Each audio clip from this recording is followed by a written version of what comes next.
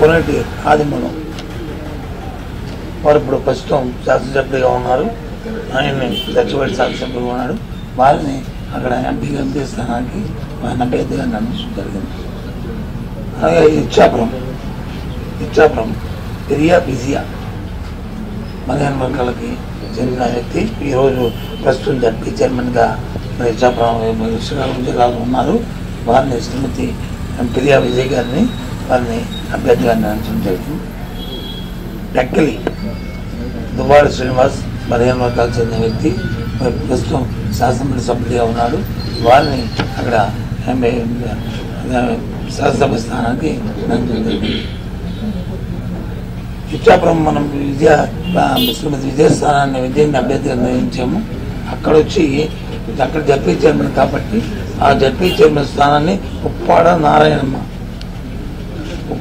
నారాయణమ్మ బలహీన వర్గాలు చెందిన వ్యక్తి వారిని ఆ స్థానానికి వారిని కేటాయించడం జరిగింది. రెడ్డిగా సామాజిక వర్గానికి చెందిన వారిని స్థానానికి వారికి ఎంపిక చేయడం జరిగింది. శ్రీకాకుళం జడ్పీ చైర్పర్సన్ ఉన్న శ్రీమతి ప్రియా విజయ ఇచ్చాపురం క్యాండిడేట్. ఆ స్థానం జడ్పీ చైర్మన్ స్థానానికి వచ్చి ఉప్పాడ నారాయణమ్మ రెడ్డిగా సామాజిక వర్గానికి చెందిన వారిని దానికి పెట్టండి.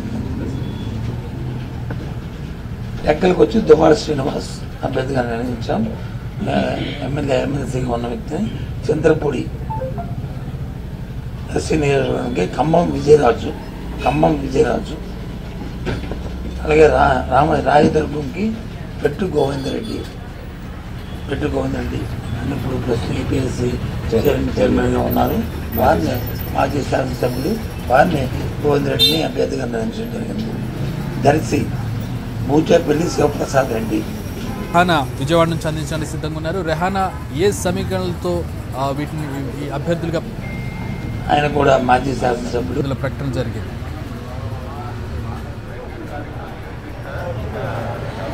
చక్రి మనం చూసాము. 3వ జాబితాను వైసీపీ అనౌన్స్ చేసింది. 21 నియోజకవర్గాలకు సంబంధించిన జాబితాను అనౌన్స్ చేశారు. దీంట్లో 6 సెగ్మెంట్లు లోక్సభ సెగ్మెంట్లు కాగా మిగతా 15 అసెంబ్లీ నియోజకవర్గాలకు సంబంధించిన ప్రకటన చేశారు. ప్రధానంగా మనం చూసుకున్నట్లయితే ఈ 21 నియోజకవర్గాలకు సంబంధించి ప్రధానంగా బీసీ వర్గాలకు ఎక్కువగా ప్రాధాన్యత ఇచ్చినట్టుగా మనకు అర్థమవుతోంది. శ్రీకాకుళం జిల్లాలో పేరాడ తిలక్ పేరు అనౌన్స్ చేశారు. అదేవిధంగా విశాఖపట్నంలో బొత్స ఝాన్సీ ఆమె తూర్పు కాపుకు సంబంధించిన సామాజిక వర్గము. ఇంతకుముందు ఆమె ఎంపీగా కూడా చేశారు. బొత్స సత్యనారాయణ సతీమణి. సో అక్కడ విశాఖపట్నంలో గెలుపు అవకాశాలు బలంగా ఉంటాయి. ఒక మహిళా అభ్యర్థి, సామాజిక వర్గము, ఎక్స్పీరియన్స్ వీటన్నిటిని కూడా కన్సిడరేషన్లోకి తీసుకుని బొత్స ఝాన్సీని విశాఖపట్నం లోక్సభ నుంచి బరిలో పెట్టాలని పార్టీ నిర్ణయించింది. అక్కడ నుంచి ప్రస్తుతం ఎంవివి సత్యనారాయణ ఉన్నారు. ఆయనను విశాఖపట్నంలో అసెంబ్లీ సెగ్మెంట్ నుంచి ఆయనను బరిలో పెడతా ఉన్నారు. సో ఈ క్రమంలో చూసుకున్నట్లయితే ఏలూరు ఎంపీగా కార్మూరి ప్రస్తుతం మంత్రిగా ఉన్నారు. కార్మూరి నాగేశ్వరరావు కుమారుడు సునీల్ కుమార్ యాదవ్ అంటే యాదవ్ కమ్యూనిటీ నుంచి ఏలూరు నియోజకవర్గంలో యాదవ్ సామాజిక వర్గాన్ని ఇక్కడ బరిలో పెట్టారు.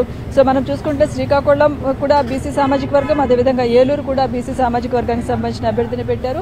ఇక విజయవాడ ఎంపీగా కేసీఆర్ నాని, ఇది ఇప్పటి వరకు మనం అనుకున్న అంశమే. ఆయన నిన్ననే పార్టీలో చేరారు. టీడీపీ నుంచి వీడి నిన్న ముఖ్యమంత్రి సమక్షంలో ఆయన వచ్చి కలవడం జరిగింది. ఆయనను విజయవాడ ఎంపీ అభ్యర్థిగా ఆయన పేరు ప్రకటించారు. అదేవిధంగా విజయవాడకు సంబంధించి చూసుకున్నట్లయితే కమ్మ సామాజిక వర్గం చాలా బలమైంది. ఇక్కడ ఆ కమ్యూనిటీకి సంబంధించిన అభ్యర్థిని వైసీపీ బరిలో పెట్టక తప్పదు. సో కేసీఆర్ నాని బలమైన అభ్యర్థిగా వైసీపీ నిర్ణయించింది. గత 2014, 2019లో కేసీఆర్ నానిని ఇక్కడ నుంచి టీడీపీ అభ్యర్థిగా బరిలో ఉన్నారు.